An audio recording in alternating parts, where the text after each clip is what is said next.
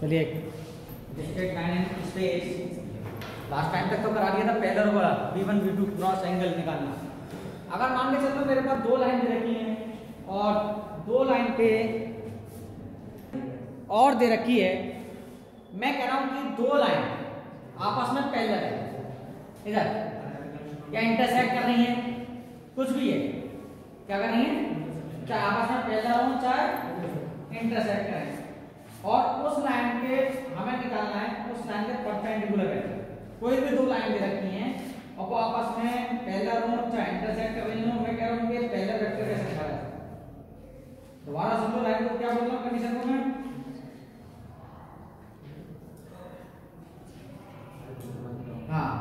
on the building equation of the line passing through and given point and perpendicular to given line। कोई दो line है चाहे आपस में पैरेलल हो चाहे इंटरसेक्ट कर रही हो, मुझे एक तीसरी लाइन की इक्वेशन फाइंड करनी है जो इन पर तो परपेंडिकुलर हो और किसी पॉइंट से पास होकर जा रही है, यानी x1 y1 एंड z1 इस पॉइंट से पास होकर जा रही है और इसके परपेंडिकुलर, यानी इस पे भी 90 डिग्री का एंगल बना रही है और इस पे भी 90 डिग्री का एंगल बना रही है। इस लाइन की इक्वेशन हो गई L1, जानते ही हो R = A1 + lambda B1। L2 की इक्वेशन हमने लेट कर ली जो कि है R = A2 + μ B2। अब मेरे पास लाइन की इक्वेशन को फाइंड करने के लिए मैंने बोला था कम से कम मुझे एक पॉइंट और या एक पैरेलल वेक्टर चाहिए, सही है, या फिर दो पॉइंट चाहिए। अब मुझे इस लाइन की इक्वेशन फाइंड करनी है, यानी कि L3 लाइन की इक्वेशन फाइंड करनी है। तो जब मैं L3 लाइन की इक्वेशन फाइंड करूंगा तो बेटा एक पॉइंट तो दे रहा है, पर इस में कह रहा है इन दोनों का परपेंडिकुलर, तो वेक्टर कैसे निकालूं। अब मुझे या तो दूसरा पॉइंट मिल जाए या फिर जरूरी नहीं है कि जिससे पास हो गया इंटरसेक्ट वाले पॉइंट से, मैं नहीं कह रहा इंटरसेक्ट पॉइंट से जा रही है, हो सकता है इंटरसेक्ट तो कहीं और आगे कर रही हो, मैं तो ये कह रहा हूं नो जा रही हो, इन दोनों का परपेंडिकुलर हो, बस परपेंडिकुलर है दोनों में, यानी इस पे ही परपेंडिकुलर है और इस पे ही परपेंडिकुलर, मैं नहीं कह रहा हूं इंटरसेक्ट से जा रही हो, पर दोनों लाइन पर परपेंडिकुलर है। तो लाइन की क्वेश्चन देखोगे मेरे पास एक पॉइंट तो है पर दूसरा पॉइंट नहीं मिल रहा, पॉइंट है पर पैरेलल वेक्टर नहीं मिल रहा, तो अब क्या करें। तो ज्यादा अच्छा है कि इसके लिए या तो मैं पैरेलल वेक्टर निकालूं। अब पैरेलल वेक्टर कैसा है, इसके पैरेलल वेक्टर कैसा रहेगा, इसको कैसा फाइंड किया जा सकता है। तो लास्ट टाइम तक मैं डॉट प्रोडक्ट और क्रॉस प्रोडक्ट में बार बार एक ही चीज समझाता हुआ आ रहा हूं कि कोई भी दो लाइन किसी भी प्लेन पे एक लाइन दी जा रही है, एक लाइन दी जा रही है, अगर इन दोनों दो लाइन है या और सारी लाइन बहुत सारी ले लो, एक और ले लो, ले लो, कई सारी लाइन है, तो मैं कह रहा हूं कि अगर इनके ऊपर परपेंडिकुलर यूं है तो इस तरह परपेंडिकुलर, इस तरह परपेंडिकुलर, इस तरह परपेंडिकुलर, सब पे परपेंडिकुलर हो गया। तो इनको परपेंडिकुलर को जो मैं निकाल सकता हूं तो वो परपेंडिकुलर वेक्टर कैसे निकल सकता है, वो परपेंडिकुलर वेक्टर केवल एक ही मेथड से निकल सकता है, इनके क्रॉस से, जो इनका क्रॉस होता है वो उसका परपेंडिकुलर वेक्टर कहलाता है। सो दैट मैं इनका इसके ऊपर जो वेक्टर निकालने जा रहा हूं तो इनका क्या होगा, परपेंडिकुलर वेक्टर निकालूंगा। अब इन दोनों लाइनों पर परपेंडिकुलर वेक्टर कैसे निकलेगा, तो जो लाइन पर परपेंडिकुलर वेक्टर होगा वो उनके पहले वेक्टर पर ही परपेंडिकुलर होगा, यानी इसका B1 और इसका B2 पर ही परपेंडिकुलर वेक्टर होगा। सो दैट का B1 क्रॉस B2 जो कहलाएगा वो कौन सा कहलाएगा, परपेंडिकुलर वेक्टर कहलाएगा, यानी n कहलाएगा। और जब परपेंडिकुलर वेक्टर जब न होगा तो वो किसके पैरेलल होगा, लाइन के पैरेलल होगा, और ये भी परपेंडिकुलर ये भी परपेंडिकुलर, तो आपस में कैसे होंगे, पैरेलल वेक्टर होगा। तो ये क्या कहलाएगा, इसका B वेक्टर कहलाएगा, यानी परपेंडिकुलर वेक्टर कहलाएगा। ठीक है, सो दैट का मुझे इस लाइन के इक्वेशन के लिए पैरेलल वेक्टर मिल जाएगा और एक पॉइंट गिवन मिल जाएगा। तो मैं इक्वेशन को निकाल सकता हूं, यानी कि जो नई इक्वेशन होगी R = x1i + y1j and z1k and plus जो भी आपको नाम दे दो लैम्डा B1 क्रॉस B2। तो इस तरह से मैं उस लाइन की इक्वेशन बना सकता हूं, तीसरी लाइन की, जो दो लाइन पर परपेंडिकुलर वेक्टर डाल दो। तो एक क्वेश्चन इसके लिए एग्जांपल है, एग्जांपल ले लो, a line passing through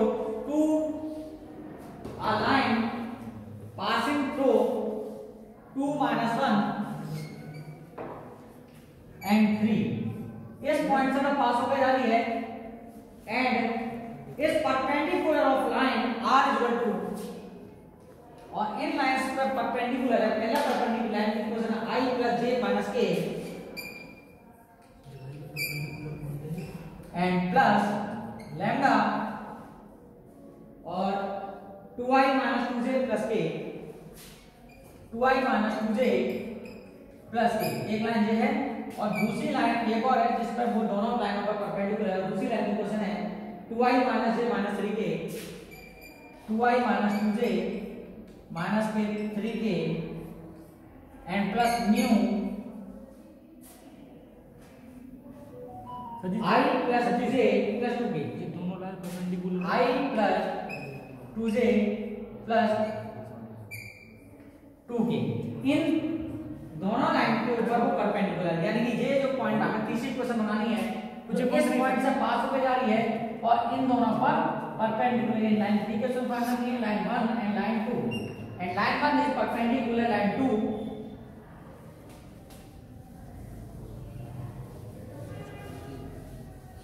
यानी इन दोनों पर परपेंडिकुलर है लाइन 1 एंड लाइन 2। तो L3 है वो भी परपेंडिकुलर है लाइन 1 पे और L3 परपेंडिकुलर है लाइन 2 पर, यानी इन दोनों पर परपेंडिकुलर है और passing through the point 2 minus 1 and 3। Clear? तो सबसे पहला काम हम कंपैरिजन करेंगे। तो लाइन 1 का जो b वेक्टर है यानी परपेंडिकुलर वेक्टर यानी b1 equal to 2i minus के 2j एंड प्लस k, और लाइन 2 का जो पहला वेक्टर है यानी b2 वेक्टर वो है i plus 2j and plus 2k। तो मुझे n वेक्टर निकालना है यानी परपेंडिकुलर वेक्टर। तो परपेंडिकुलर वेक्टर कैसे निकालते हैं? b1 क्रॉस b2, यानी कि आप डिटरमिनेंट का यूज कर सकते हैं i j k 2 minus 2 1 and 1 2 2। ठीक है, वेक्टर निकालेंगे तो i माइनस के 4k and minus 2 minus j, तो 2 to the 4 and 1 and plus k, ये होगा 2 to the 4 and plus 2, so that the minus के 6i प्लस के 3i को माइनस के 3j एंड प्लस के 6k आप कॉमन ले सकते हो माइनस के 3, तो 2i plus j and minus के 2k। तो b1 क्रॉस b2 आपका चेंज कर सकता है, जरूरी नहीं है पूरा लिखो, j काफी है इतना पोर्शन।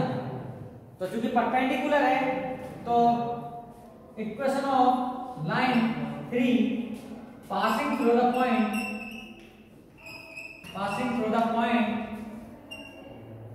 किस पॉइंट से पास हो गया ये 2 माइनस 1 एंड 3 से, एंड पहला टू द वेक्टर, पहला वेक्टर आपका कौन सा है? तो वेक्टर चल रहा है, वेक्टर है आपका 2i plus j and minus के 2k। तो r इक्वल है 2i माइनस j प्लस का 3k, और चाहे लैम्डा रख दो चाहे म्यू रख दो, अगर नहीं रखना तो डेल्टा रख देना, कुछ और नाम दे देना, जो भी है लैम्डा और 2i प्लस j माइनस का 2k। तो ये इक्वेशन ऑफ लाइन वाली हो गई जिसमें इस पॉइंट से पास कर जा रही है और पहले पूरा यानी परपेंडिकुलर 2 लाइन। ये 4 नंबर का क्वेश्चन बोर्ड के अंदर काफी बार है, ऐसा नहीं है और यहाँ कंफ्यूजन क्योंकि इसमें डबल चीज का प्रोग्रामिंग है और मेन चीज की जो प्रोग्रामिंग है इसमें जिससे बच्चे का पूरा ज्ञान रहता है मुझे, यानी v1 क्रॉस v2 का फाइंड कर लिया जाता है, इससे v1 क्रॉस v2 भी बच्चा निकाल लेता है और ये निकाल लेता है इसी चक्कर में। देखो बेटा इसमें थोड़ा कंफ्यूजन ये था कि क्या बोल रहा था कि ये क्या है। देखो अब जब n वेक्टर निकल के आ रहा है माइनस के 3 v वेक्टर, इधर लेटर का काम कर रहा है ना, तो वेक्टर तो मुझे चाहिए, सो दैट मैंने वेक्टर j वाला लिया है, जरूरी नहीं है क्योंकि ये तो पहला है ना, क्योंकि n इक्वल टू क्या होगा लैम्डा v, मेरा v वेक्टर चाहिए और v वेक्टर आपका j होगा, इसलिए कंफ्यूजन नहीं होता। और ये पहला है, पहला में तो कोएफिशिएंट वैल्यूज को हटा दे, नेक्स्ट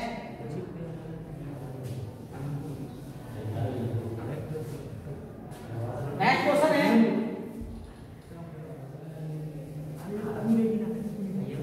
मैंने कहा अबे लास्ट टाइम वीडियो में क्या कराया था पॉइंट, मैंने कराया था कि किसी की लाइन की जनरल इक्वेशन को निकालना और इंटरसेक्ट वाला, मैंने किसी लाइन की जनरल इक्वेशन को निकालना सिखाया था, पॉइंट को जनरल पॉइंट। अगर लाइन की इक्वेशन रेस्पेक्ट कीजिए r x1 i y1 j and z1 k and plus lambda x2 i y2 j and z2 k। तो जो जनरल पॉइंट होते थे कौन कौन से होते थे, lambda x2 plus x1, lambda y2 plus y1 and lambda z2 plus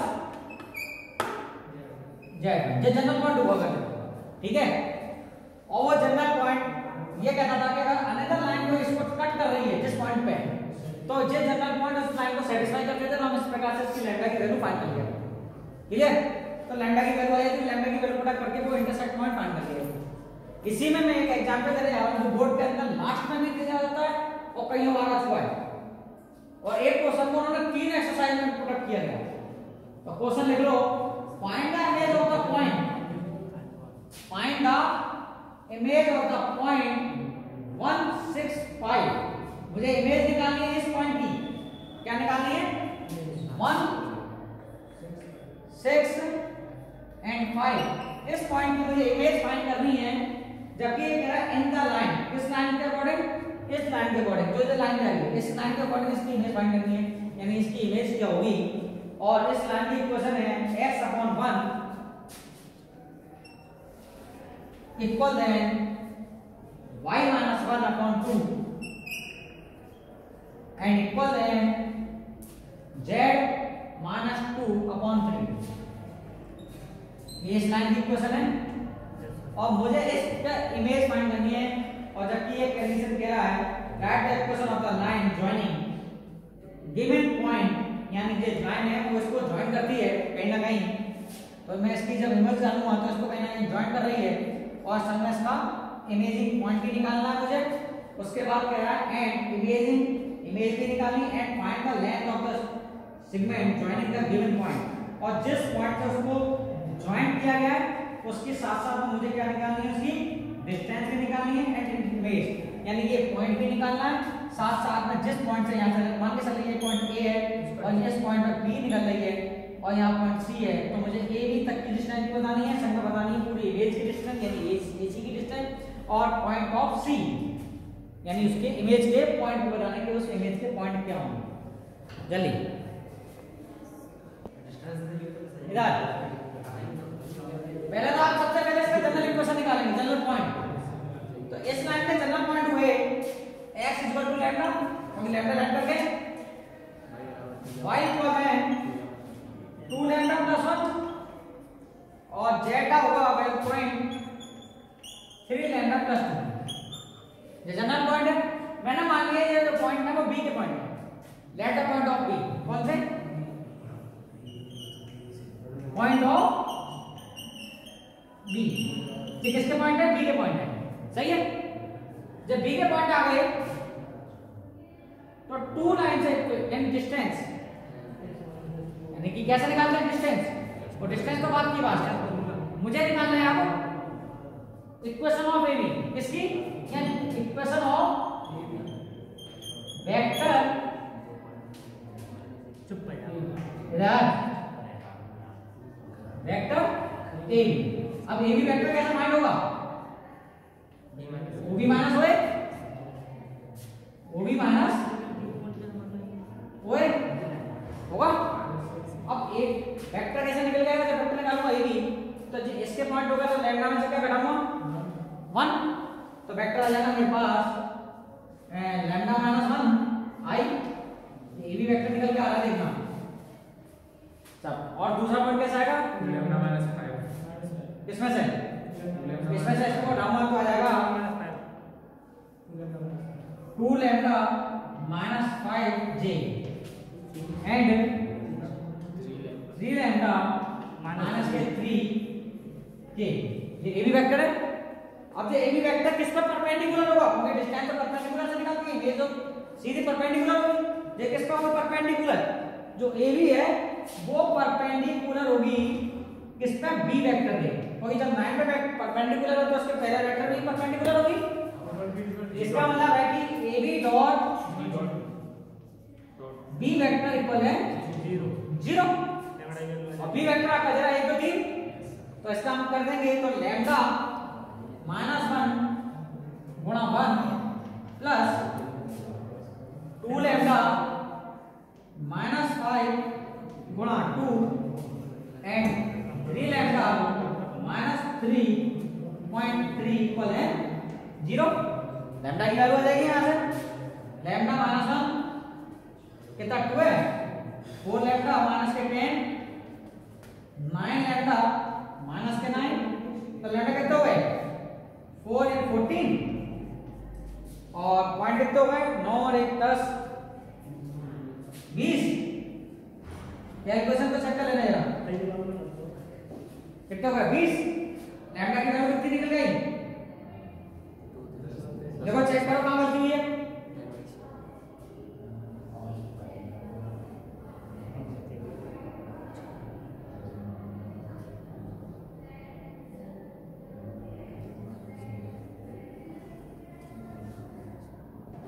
sorry यहाँ पे जो पॉइंट है वो 1 6 3 है, कितने 3, तो इसका हो जाएगा, इसमें से जब लेस किया तो यहाँ -1 है, तो जो गया आपका यहाँ 3, तो जो गया आपका 14 और लैम्डा की जो वैल्यू आई, लैम्डा इक्वल है 1। क्लियर, जो लैम्डा की वैल्यू है वो कितनी आ गई 1। तो आपके जो पॉइंट ऑफ बी कौन से वाले, पॉइंट ऑफ बी, तो पॉइंट क्या थे बी के आपके, जैसे x बराबर लैम्डा यानी x बराबर 1, y बराबर क्या थे 2 लैम्डा प्लस 1, तो लैम्डा की वैल्यू 1 रखी गई तो कितना हो गया 2 into 1 plus 1 यानी कि 3, एंड z के जो पॉइंट हुए तो 3 लैम्डा यानी 3 into 1 plus 2 इक्वल है 5। तो पॉइंट ऑफ बी के पॉइंट जो आ गए वो आ गए आपके 1 3 एंड 5। अब देखिए जब इमेज के पॉइंट पूछे गए यानी पॉइंट ऑफ सी, कौन से पॉइंट ऑफ सी, तो जो पॉइंट ऑफ सी है तो जो बी जो है वो उसका मिड पॉइंट होगा, यानी कि हमारे पास उसका मिड पॉइंट है, क्योंकि हमेशा ये जो है वो बराबर में करती है, इसको लेट कर लो अल्फा बीटा एंड गामा, तो आपका ये मिड पॉइंट हो गया, यानी 1 इक्वल हो गया आपका 1 प्लस अल्फा डिवाइडेड बाय 2, तो यहाँ से अल्फा की जो वैल्यू जो आएगी वो आ जाएगी 1। ऐसे ही 6 प्लस आपकी 3 इक्वल हो गया आपका 6 प्लस बीटा डिवाइडेड बाय 2, तो बीटा इक्वल है 0 आ जाएंगे। ऐसे ही निकालेंगे तो जब आपके 5 इक्वल है यानी कि 3 प्लस गामा डिवाइडेड बाय 2 यानी 10, तो गामा की वैल्यू है वो कितनी आई 7। तो पॉइंट ऑफ सी के जो पॉइंट आए वो कितने आ गए 1 0 एंड 7। अब आपके पास पॉइंट आ गए, किसके आ गए क्यू के पॉइंट भी आ गए। अब जब क्यू के पॉइंट आ गए तो आपको किसकी डिस्टेंस निकालनी है, आप एसी की निकाल लो, एसी क्या आप ए भी हो जाएगी।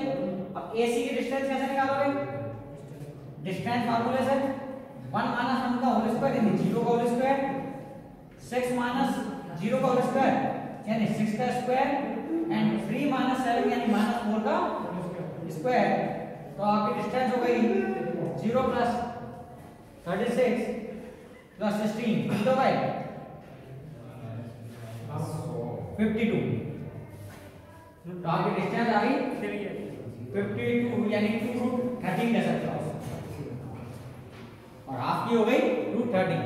बात क्लियर, तो जरूरी नहीं है कि तुम्हारी डिस्टेंस दी रखी हो, पहले ये देखो कि परपेंडिकुलर हमने इमेज कह रहे हो, इमेज जो है वो इसका हमेशा, और जब डिस्टेंस का मतलब ही यही होता है कि वो सीधे जिसे डिस्टेंस किसी की भी निकाली जाती है तो डिस्टेंस हमेशा परपेंडिकुलर से ही डिनोट की जाती है, और जब परपेंडिकुलर का मतलब डॉट प्रोडक्ट उनका 0 होगा।